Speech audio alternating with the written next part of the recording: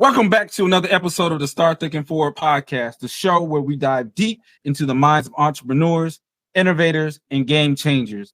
I'm your host, Brandon L. Draper, better known as the Motivational King. And today we have a guest who's not just a seasoned executive, but a serial entrepreneur with a passion for empowering people.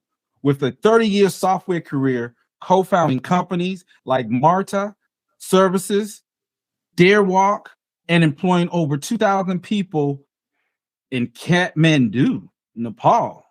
Jeff is a force to be reckoned with. Today, we're going to explore the art of building empires from startups and above. Hey, Jeff, how are you doing today? And welcome to the Start Thinking Forward show. I'm doing great. How are you? I'm doing awesome, my brother. I'm glad that you're here today to share some insight with us about your journey. Thank you. I really appreciate it. Appreciate the opportunity. You're not going to give us a woo? Sorry, I didn't sound quite there. So there. No. I'm messing with you. Like, you know, I do it, and people like to copy me after. I'm like, you're not going to do it like the last 4 people that I've interviewed done the same thing. I'm like, okay. It just loosens you up a little bit, you know. Just makes you, all right, we get ready to dive deep. Yeah. So tell us a little bit about yourself. I know I talked kind of briefly there, and you can never, come to a summation of someone's life in a couple of sentences. And so, in your words, like tell the listening audience a little bit about yourself, and why you're here today, delivering that message. Yeah, cool. So I'm Jeff Ripp. I am at my core, I'm a tech and product guy. I love building things, technology-based software that other people use. I really enjoy watching users interact with whatever I built, understanding kind of the problems and use cases that they're trying to accomplish, and building tools that allow them to do that. And I'm kind of addicted to the entrepreneurial startup mindset, building new things, and kind of taking. It's so hard to go from nothing to something, and just really my mission right now is to really help others go from nothing to something, and having that startup be successful and building high quality products and bringing them to market. So that's kind of what I'm about. I'm about empowering people. As you said in the introduction to me, my last startup, Deerwalk, we had a wholly owned subsidiary, so a company we owned in Kathmandu, Nepal. We ended up over the 13 years there hiring and employing somewhere between 1,500 and 2,000 folks. And really, it was a two-pronged kind of positive for me. One was certainly the economic and enjoying watching users and clients use the product, but also building a team over in one of the more poor countries in the world, and helping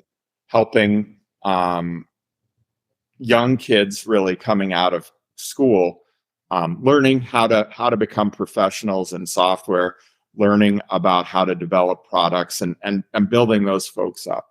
That really excited me. We always did that by empowering people and having them make decisions. You got to just hire well and trust the people you hire. So that was a big focus for me as well. So that's kind of, in a nutshell. I'm a dad, and from a non-professional standpoint, I've got a couple kids and enjoy, having fun and getting out on the water and stuff like that. But, for the purposes of our discussion, that's kind of who I am. Mm-hmm. So, I don't know if you know this, but I'm a veteran in the United States Army. So I'm a big proponent of, keeping things local. So for those that's out there like, well, why is he, operating overseas? Why can't we, bring those jobs here for what you're doing? What would you say to those folks? Well, I would say it's really hard right now in the United States to find technology workers. If we could easily find them here, would probably do it. But from my perspective, hiring right now in the United States for tech workers is very, very competitive. There's lots of open jobs, and so we end up going to Kathmandu to kind of fill that gap. And certainly the economics of it, the folks cost a little less. We don't have to pay them as much because of where they live. We are, improving another society and country on the other side of the world. But I certainly understand your sentiment around, wanting to keep jobs local, and we do try to keep as many in the United States. It's just a balance. Yeah, and I get it, and I think it's a bigger issue that why it needs to be talked about, because as a small company, even myself, like I've had to outsource overseas because number one, if you can find someone in the US that can do it, it's extremely expensive. So it only makes more sense. I'm like, the bigger problem is like, how do we solve the issue of making sure that that individuals in the US are getting the training, that can make it more competitive, that they can start, pricing more competitive because more people in the market. When you got few people in the market and there's this overwhelming demand, it makes the price of that person very high. So now, hey, let's go overseas and we need to make, customer service support tickets, all these things. You see a lot of companies pushing it on overseas because it's much cheaper. So I wasn't trying to beat you up on it. I'm just trying to bring a fact, out there. Why do we have to do that? That's the crazy thing. Like, why do we have to do that? And not to get too deep into it, but over in Nepal, we can bring on what we call trainees, where they really take next to no pay, come in for 6 months, and we train them up on the job, and we're able to do that. And that's just really possible for us. The amount of money we're paying a trainee is very, very little, but what they're getting out of working for us during that period is learning and developing the skills so that they can become a full-time employee. We have a little bit of that in the US through internships, but it's really not an embraced way of doing business here. Some of that's because of you have to, if you get to a certain size, provide benefits to employees, and that starts to really kind of make things more expensive. I'd love to be able to do a trainee program here in the US, but we just haven't been able to figure out how to do that. But I think that's kind of what's needed is, the ability to bring in folks who may not have all the skills the day they start, but give them the opportunity to develop over time. And I think we're kind of missing that right now. I agree. And I don't know if this is going to be further in the conversation. Like I said, we don't rehearse these things. So is this a service that you're offering? Because it sounds like to me that if I'm a small business, I'm listening to this right now, I'm saying, well, I can call Jeff or get in contact with Jeff, and Jeff's able to set me up with services like this, that I can get an assistant, a virtual assistant. I can get, people in place. Is that the direction this is going to go? Yeah.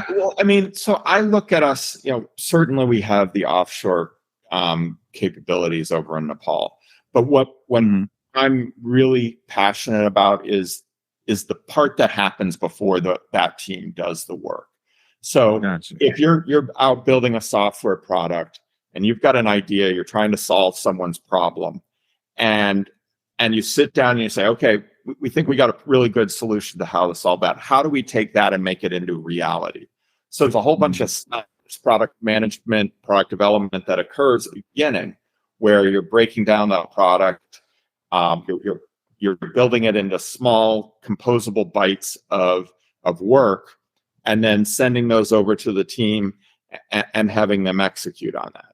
And that whole art of taking a big vision and breaking it down into things that a team can actually consume and work on, because you can't really throw them, hey, we want to build this huge application. It's okay, we want to build this, we want to build that, we want to build this piece, and then translate, make sure that the team over there understands what we're saying, what we're asking for, get them to repeat it back and validate it, and then go build it. So many folks who provide kind of bodies to others. It really ends up being, it's really just an employee of yours that works for them. They work directly, and they don't really get that bridge between what they're trying to do and what actually is, needs to be done. And that can be successful for some folks just directly working with them. But if you don't have the experience, you don't necessarily understand even the culture that you're going into. Everyone's culture is different. Certainly Nepal has a different culture. It's not that different than India, but it is different than India. It's different than China. It's certainly different than the United States. And so you really have to understand all that. So when I look at it, we provide the outsourced software developers, and operations folks and all that. But in reality, the real value add for us is working with, consulting, mentoring the entrepreneurs and founders of startups who've got the idea, may have some technical capabilities, may have a technical co-founder, but really need help in going from a product idea to a product reality. And a lot of that's about getting the work into something that an engineer can work with. And so that's a lot of what we do. Okay. So, taking that, like you said, taking that idea that they have and turn it into, MVP, minimum viable product that you can put to market and be able to not just grow, but be able to scale is kind of where you're at. Okay, exactly. All right. So you've had a long career, in software. What would you say was the defining moment that led you to become this serial entrepreneur? Like, could you walk us through like maybe that journey? Because we know where you're at. That's the destination. That journey like, Right. So I started kind of, in college, really. I worked for a consulting company. We actually worked on the commission system for an investment bank out on the East Coast called Fleet Bank. No longer, I think it's part of Bank of America or something nowadays. Everyone changes. So did that. That was kind of fun. It was 5 or 6 people. Graduated, started working for a .com called intranets.com, which there's 20, 30 people. And we built a software product that was advertising supported, and we had about 4 million users on it. And then the advertising market went away, and so we had to start charging for it, which was a really really kind of scary moment to go from, hey, we're giving it away, to, hey, you guys got to pay $20 a month a user. But we made it and did that. We ended up selling that to WebEx Communications. And I found myself working for a larger company. I started to feel a little more uncomfortable about that. And then WebEx, like a year later, got bought by Cisco. Cisco Systems, 80, 90,000 employees, huge company.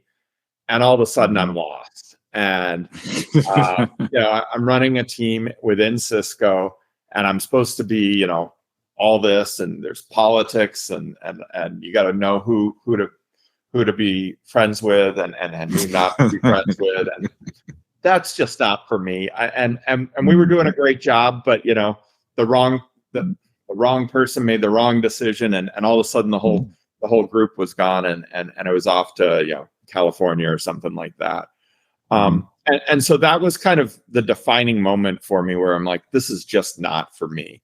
I am not a big company guy. I like getting stuff done and not talking about getting stuff done, or talking about getting stuff done, which is what you end up doing a lot, in my perspective, in a larger company. So that moment, I decided time to move on. I started a company. It was called Resonate. No one's ever heard of it because it was an epic failure. We never got any investors. We never got any real clients, and we lost a whole bunch of money on it. And but I learned so much from that, because I learned, number one, what not to do, and the real cardinal sin we did there was we didn't pay attention to users and customers. We thought we had a great idea, so we went off into the corner and very quietly built something up, and we thought we were building the very best thing we could ever have, but we're not telling anyone about it. because we don't want anyone else to steal our amazing idea. And we released it. What's this? We don't care.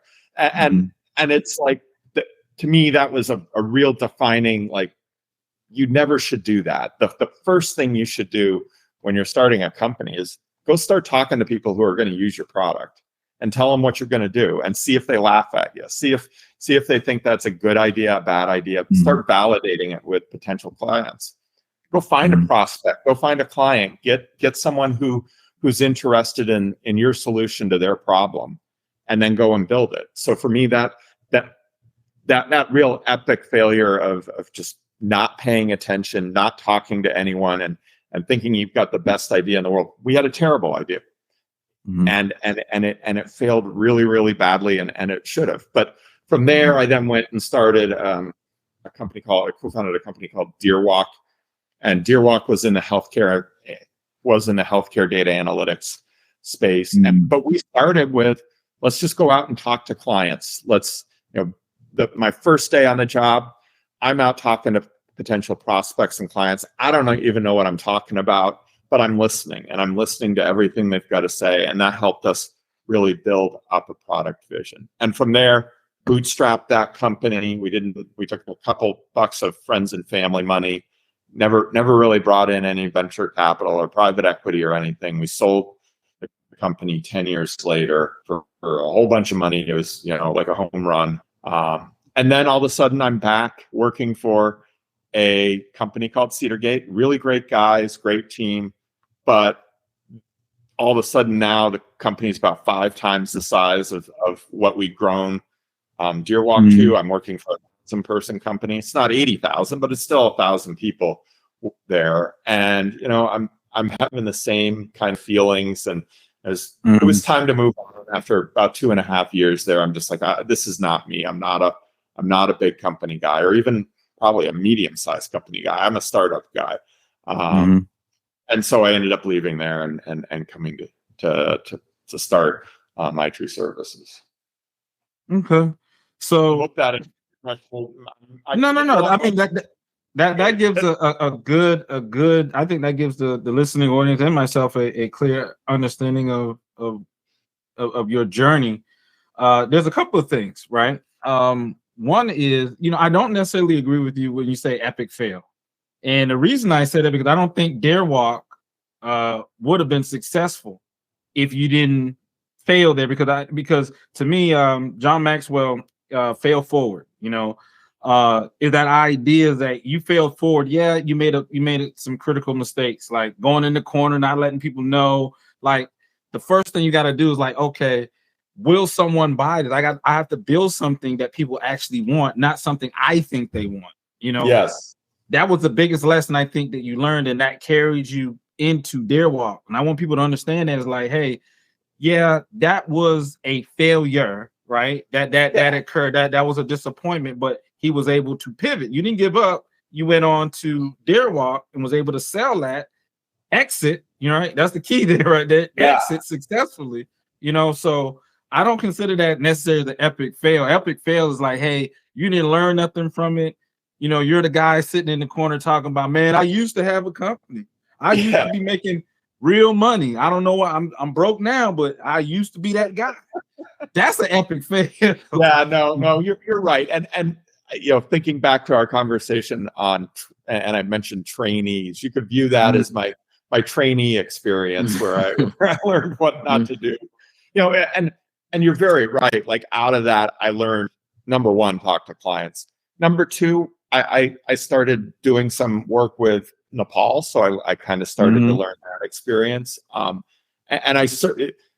in a lot of ways, I had a crash course in it's almost like an MBA program, right? Where you start to learn everything they teach it in school, but you're doing it for real.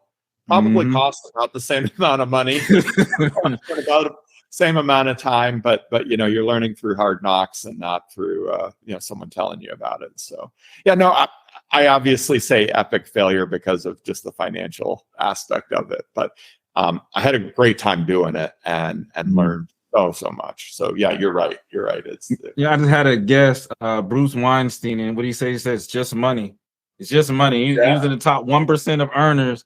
And he said at the end of the day, when he came to that realization, he's like, when you just say it's just money, you can go on to the next project because you're not focused like, oh my God, I lost this money.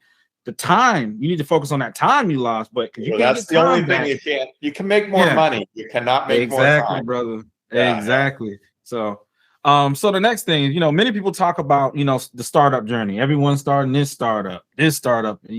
People say it, but it's another thing to walk it and truly be in business in that capacity.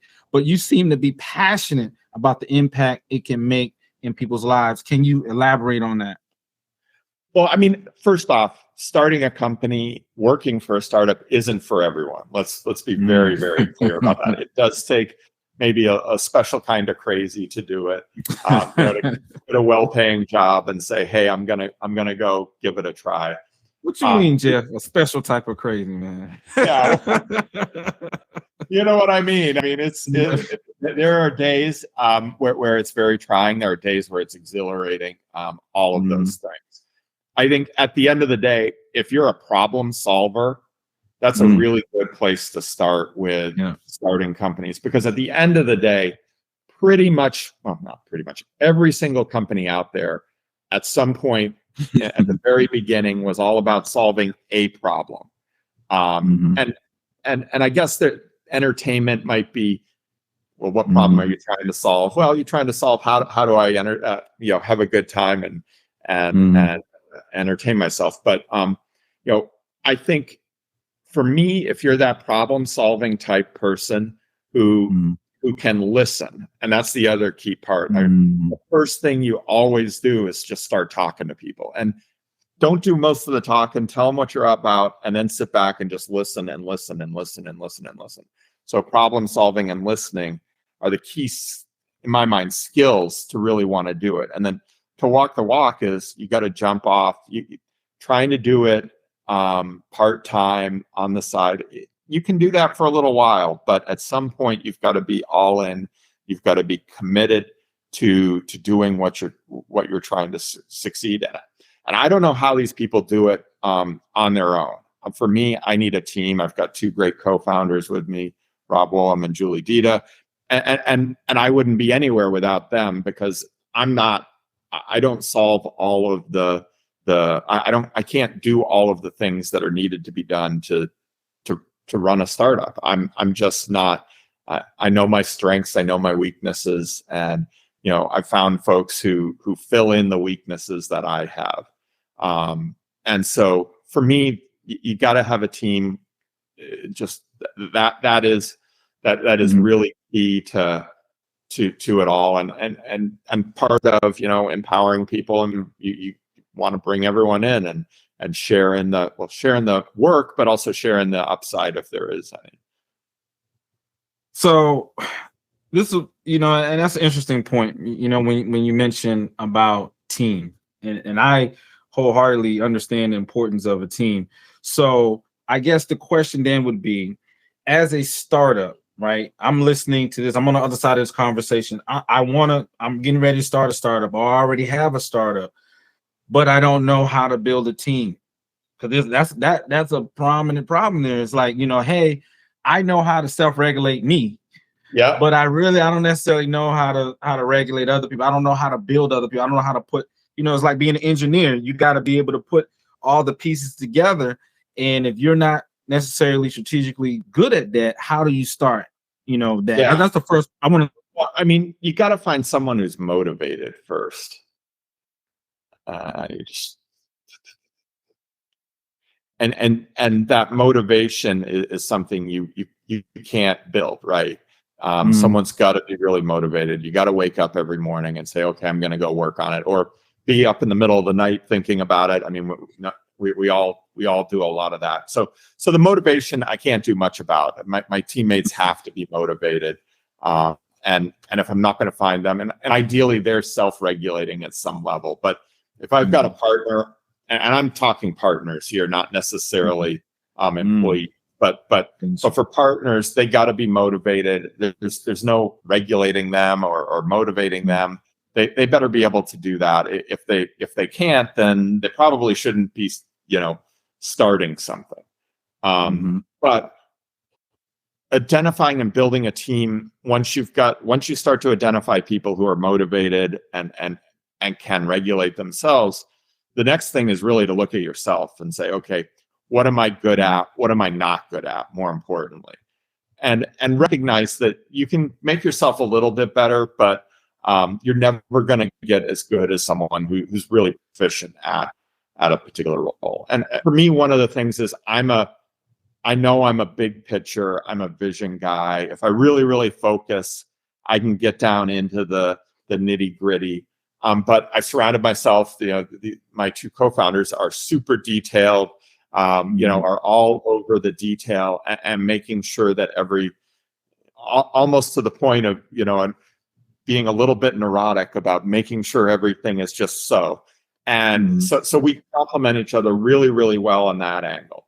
We're also, from a technology perspective, we're in the tech industry, so I'm a lot more about let's figure out how to think about how to build something. Whereas my co-founder Rob is much more about really figuring out the nuts and bolts and the mechanics of getting the team to execute on that design. So it's really, for me, building the team really starts with yourself and identifying your weaknesses, and then finding people that are going to be motivated. And the only way I know to do that is to work with them.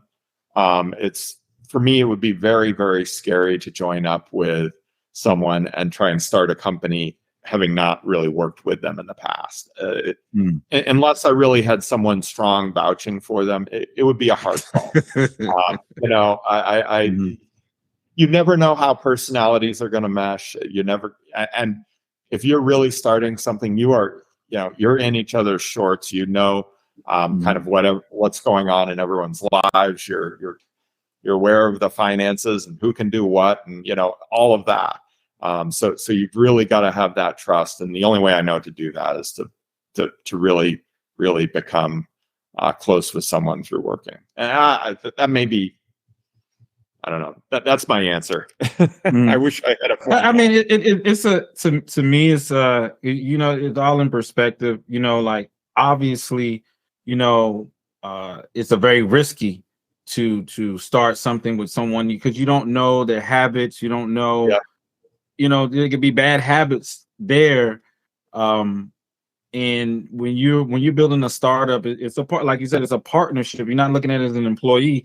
And that's kind of what the next question I'm going to ask. Like, how would you structure that? So if it's, let's just say, Jeff, it's you, myself, and maybe another partner. It's us three. How would we structure this startup? Like, as far as finances, because everyone is always about the money. Like, okay, how much am I putting up? How much of the company I own or control? How much residuals? How much of a decision? What's my power dynamic? Do I have how are we going to split this up? Who has a majority vote over the others? What would you suggest if someone's listening right now and said, listen, I want to start a startup. We've got an idea. We've already done certain things. I have some people that I would love to work with. I have worked with them before. And I'm speaking, I know there's a lot of people in the nonprofit sector. Hey, we want to do something great together in this capacity. I have worked with them. I know they're cool, but how do I structure it? What's the best, it's going to be advantageous for everyone, but most importantly, whoever that, main person is that came up with the idea or whatever. Yeah, I mean, it's a really tricky question, right? Like, for me, I really enjoy being in a partnership where everyone's equal. And I know that sounds kind of cliche, but I really enjoy that because I think there's a lot of them push and pull. And I mean, at some point, someone has to say, okay, we're going to do this or that. But realistically, you really should be trying to get to some level of consensus, or at least trying to build up that. Now, that's not always practical, right? A lot of times you get someone who comes in who has the experience, has maybe done it before, and is bringing along new folks who maybe served in a different a senior role, but not as a startup founder, and you bring them in, and then certainly, I think if you've got that key leader, that they're the one who are going to take the majority position.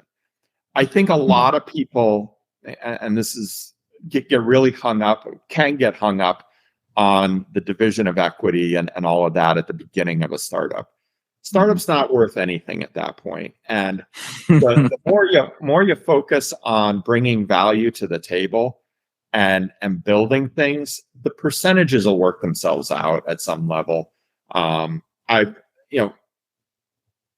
being said, you want to make sure it's equitable, but I've never gone wrong with buying into something and working hard at it, and not spending too much time thinking about how things are broken up, because unless you're bootstrapping it and you're never going to take any more money, chances are you're going to have an investor come in and they're going to change the equation anyway, and they're going to look at people and they're going to judge you based on the value you bring, and they're going to adjust things to match the value that they perceive people bringing to the table. Now, if you're not going to bring in an investor, like I said, then it gets a little more kind of fixed. Certainly bringing cash to the table, that obviously, if you've got one person who's going to be able to bankroll it and the others are, maybe they even have to take a salary and all of that, then that changes it even more so, where the person bringing the cash kind of does have to take a kind of a majority position, because they've got more that they're putting at risk. I don't know if that answers your question. It's like I said, I mean, I think it's a complicated. It gets many different layers to it. Yeah. So I mean, we could probably just on that subject alone probably take up 2 hours. Just talking on that. So it just slipped my mind because okay. So this is idea here of, do you think solopreneurs are at a disadvantage? Because I know you're talking about building teams, but we living in this world now where solopreneur, you can do it by yourself, and I'm like, okay, I hear that, but I don't necessarily agree. So do you think solopreneurs are at a disadvantage when it comes depends to on what you want to do, right? Like so there's advantages to solopreneurship, right? And a key one being, you only got one mouth to feed, right? So it's a big deal, right? I mean, we can laugh about it, but if you get to the point where you built a company up and you got $20,000 of revenue and you got $1,000 a month of expenses, you're making $19,000 a month. That's a home run for a solopreneur. You're making really good money, and you could even develop a lifestyle around it. A lot of people talk about, I'm working, working from, Malaysia one day and, Japan the other day. But so there's advantages on Nepal. Yeah. No, I mean, and so there's real advantages to that. I don't think you're gonna, as a solopreneur, necessarily go build, a $100 million company with 1,000 employees or something like that. I think there's a ceiling without bringing additional folks in. I'm sure there's examples where that's not been true and people have been successful, but in my mind, that's kind of a little bit of the ceiling. At the end of the day, everyone's got weaknesses, and I come back to your weaknesses. Everyone's got weaknesses. So as a solopreneur, your company has weaknesses because they're yours. If you bring in 2 or 3 other people and you've done a good job of kind of meshing the strengths and weaknesses, you've got a stronger group, and you no longer have some of those weaknesses that you had before. Now, if you bring everyone in who looks all the same and they all agree with each other and have the same point of view on everything and all of that, it's a different story than if you've got different perspectives and different ways of trying to solve problems. And I just that's just my personal view on it. Now, obviously, my example of $20,000 a month revenue company with $1,000 of expenses. If you got three of you, that's less of a good deal. That's fairly good. Yeah. So yeah, there's pros and cons to it. I certainly see that, and depends on what you want to do. I don't know. I agree. I think a couple of years ago, I think what we're talking about right now is exactly on point. But there's one variable that we're not considering right now, whether that's solopreneur or even if you're having a startup where you got multiple people, and that's AI. So, I'm entrepreneur. Hey, look, I'm entrepreneur smart, but I'm that entrepreneur. I think I know more than Jeff. And I'm telling you, Jeff, I can be a solopreneur because I got AI. Everything that I'm weak in, AI can take over for me. So that becomes a whole nother conversation. Like, well, can you effectively, if you're having a startup, can you have AI to pick up the weight that in areas that you're not, like marketing, support? Those are some critical things in every business. So what do you think about that? Well, so I think AI can get you to a certain baseline capability. Like, I don't know how much you played around with it, but like when we were starting, my company name is Cerebral AI. Yeah. Hey, hold on, hilarious. Yeah. Sorry, Yeah. but I mean, from an AI perspective, we've used it. We had to build a press release, so we went to ChatGPT and we said, "Hey, go write us a press release, write us a bio," and some of that's we could do it. Take a look at what was given. It was a good starting point, right? Lots more adjectives than I would necessarily put in anything, and so it needed a lot of work, but it was a great start.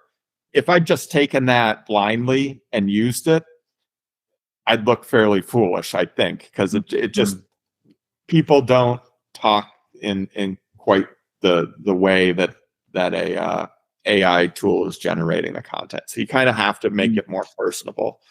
I think the real interesting part is if you go in and you ask the AI to do something that cold, how to do it, you're an expert in it. For me, it's writing software. And I'll go in and I'll say, "Oh, write me a function to do this." And I look at it and I'm like, well, okay, that's what I would expect out of my intern straight out of college. It's okay, but it's not great, And so I think depending on the area, you could use AI. Press release being a prime example. Small startup starting with 3 co-founders and no employees. We wanted a press release because we wanted to have one and kind of be able to reference it. But it's not like, it's going to end up on the New York Times front page or something like that. So we got something that was good. We refined it even more. But I'm sure if we brought in someone who was, a PR expert, they'd do a way better job. So I think it really depends on the areas where your weaknesses are. Some of those can get filled in. But like one of my weaknesses, I'm the vision guy. I'm that kind of view of the world. I need someone who's detailed and who takes what the thoughts that I have and says, okay, now we got to figure out how to actually do this. And no AI in the world is going to make me the detail-oriented person that I need in that position. So I think you could fill in knowledge gaps, but again, to a certain degree. Well, and that's there's multiple sides to that. Like what we're seeing is that a lot of your Fortune 500 companies, Fortune 5,000 companies, there's a new person in town. It's called a prompt engineer. So these AI is only as good as the input. If you, like you said, earlier, if you have limited knowledge of an area, if you're putting in limited information, it's only going to pull what you ask for. So I would always suggest to people, like, you have to, your life is determined by the questions you don't ask. get good at asking questions. If you want to learn AI a lot more, like people are just don't understand the power of it. It's like you have to ask the right questions. Ask questions more than try to give commands. Because if you're coming from a perspective of you trying to learn, like find out what it knows more than all of us. It does. Yeah. So like when we say, oh, it can't do this and can't, the only thing it doesn't have is an imagination. But even then, it can supplement itself to have an imagination, right? Because all these things are thought processes, right? These are things that and it's not even necessarily when we say artificial intelligence, like Chat GPT, is not really artificial intelligence. It is more like a program, and it's just guessing. It's basically a bunch of arguments. All right, this is like you're looking at Midjourney or something like that. This is a picture of a cat. Okay, I understand that. So it has millions and millions of arguments of what is the best picture of a cat. What is the best word to add? And like you said, it doesn't necessarily sound sometimes like something a person would say because it's guessing what the next best word to say versus throwing that the contextual part of it.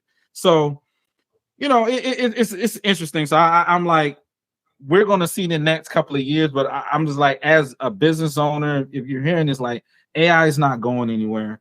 In any company, to me, I look at it as something that bridges the gap. If you are a company, whether you got just solopreneur or you're a startup like Jeff's talking about, and you got 3, founders there, this is something that you can supplement to make better. And if you don't understand how to use it, there's so many resources out here right now. There's like new position, a prompt engineer. This is a person that understands just how to do prompts so you can get the best value out of it, because the value proposition is the punchline, because the value that it can give any company is leaps and bounds. So if I'm a small, SME, I'm just a small, company. I'm not really that big. I'm medium sized. Maybe I'm an enterprise or whatever the case may be. But if I'm a smaller company, how do I keep up with a company that's using, or let's just say they've been able to afford for the last, we're talking AI this, like there's companies out there, 45, that had access to this because they had the wallet to pay for it, where other companies have not. So now Chat GPT comes into play. Like, all right, you can take advantage of it, but you got to know how to, just not typing in a couple of questions. Like, dude, you can go to Google and, Google like how we used to do, so it's just interesting times. I just want to bring that to the forefront. No, everyone's listening, and it's a tool we use all the time. But it's the starting point for the work, not the end point for the work for us. Yeah, it's the input into the next step in the process where we might be refining the message or cleaning up the language or something like that. Okay. All right. So client engagement and product development is one of the things that you talk about. So how do you ensure that client engagement is at the forefront of product development process? Yeah, I mean, it starts obviously and we've kind of talked about this, when you're first building the product. You're getting engaged with prospects and potential users. As you grow and build out, and we at Deerwalk, we grew the product over 10 years.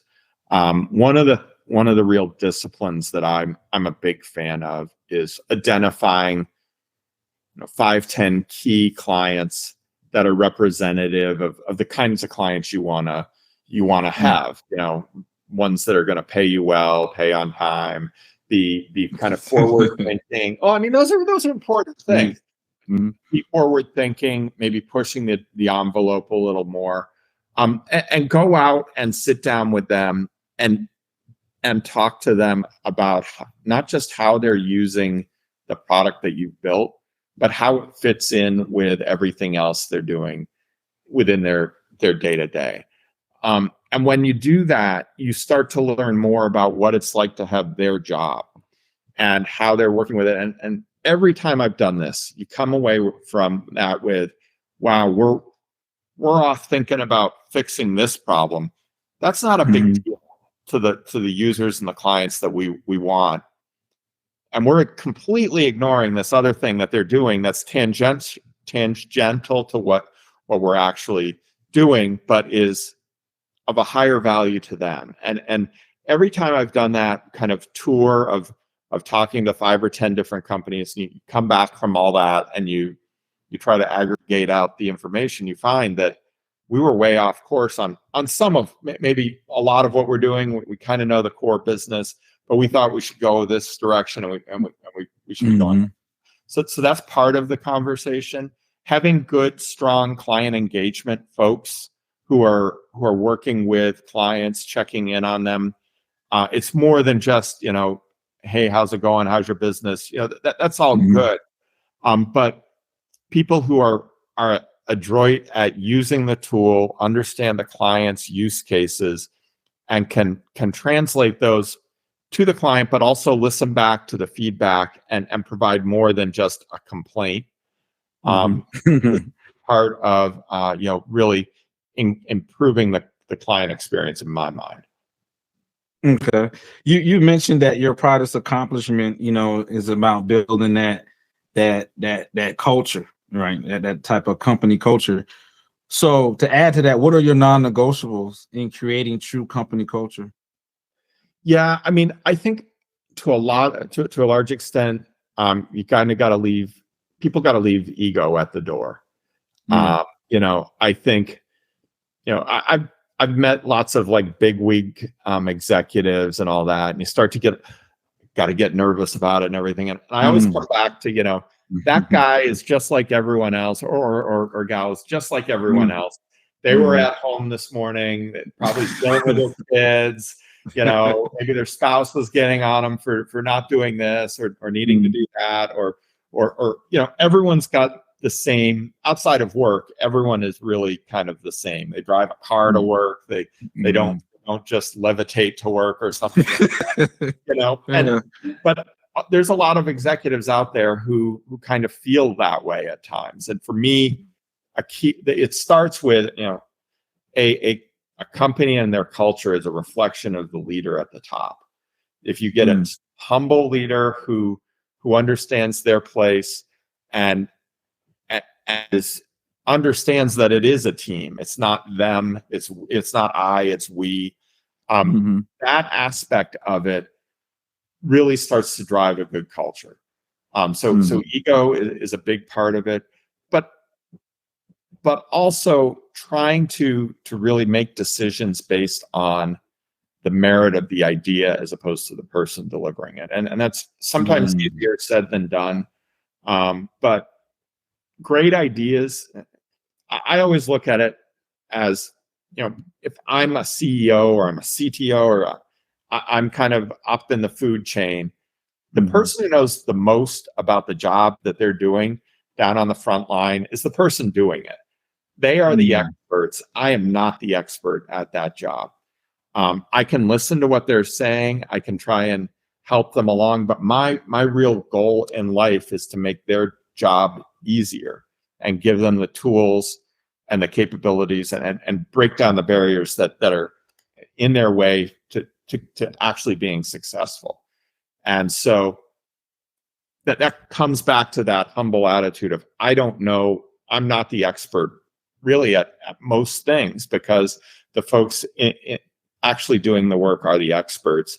And for me to come in and tell them, hey, you shouldn't do it that way, you should do it this way, that really isn't necessarily productive. So I don't know if that answers your question. I mean, the other part of it is you got to have fun. At the end of the day, we spend a lot of time working. If we're not having fun doing it, I'm well known for cracking jokes, sometimes at appropriate times. Maybe sometimes when, people are like more focused, but I think we all need to remember that at the end of the day, that there's a lot of bigger things in the world, and having fun is a really, really important part of it. As we said earlier, you only get so much time on the planet. So you should have fun when you're doing it. So. All right, so we talked about a couple of things, and if you guys are just tuning in, and we're talking here with Jeff Rick, the expert himself. And the next question, we talked about leadership. Can you hear me, Jeff? Or I need to come a little louder. I saw you leaning in there. I can hear you. Okay. Great. All right. All right, so we talked about, leadership. We talked about, hey, if you having a startup, you need to go with other folks, right? Instead of necessarily being that solopreneur. Doesn't necessarily say, it's a bad thing if you're a solopreneur, but what we're saying is that, if you're trying to get to a certain level, if you're really trying to scale, it's the difference between growth and scale. A lot of people don't understand. A lot of people think growth and scaling is synonymous with each other, and it's not. Growth is like, hey, if I'm every time my income is going up, the expenses are matching. So I'm growing. That's it. Scaling is, hey, the amount of money that we're bringing in, there's a big gap between the amount of money we're bringing in and our expenses. It's a big gap. So we're making a lot more money than we're putting out. So we're scaling, right? So understanding entrepreneurs, big difference between growth and scaling. In the day, we're talking about how are you able to scale, right? So we talked about leaders, we talked about the startups, right? What do you look for in a quality manager? Now we're talking about employee. Now you need to hire someone. How do you develop the quality processes for success for a manager? So how do I want to make sure I understand your question. So how do you identify managers who understand how to scale? How to scale, and it's going to also keep that culture that we were talking about, because all that's important, because we're trying to paint this picture like these are all the core ingredients that if you're trying to have a startup. We talked about culture, you talked about, founders, where those are partners, not employees. And now we're to the manager part where we're talking about employee. What should you be looking for in quality managers? So in managers, I mean, the worst, I really don't like managers who are trying to build empires and are build and judging their success off of the size of their team and the number of people they have in the organization. Because as soon as you do that, you're more focused on expanding the work you're doing by just getting more people to get things done. You're growing, but you're also growing the company, right? And at some level, I'm most interested in managers who judge their output based on the work that their team is getting done. Management's a really interesting endeavor, because at the end of the day, if you're really managing, you're not doing anything beyond making decisions and providing kind of guidance and support to the people who work for you. And so if you're doing that, then your whole goal there is to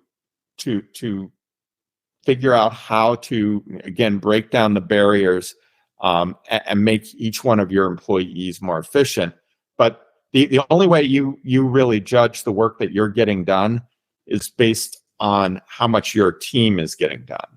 And it really should be based on that. But so many people out there are like, oh, I have a 50-person team. I have a 7. It's like that's great and all, but I'm more impressed by someone who has 30 people and is getting the same amount of effort done as someone who has 60.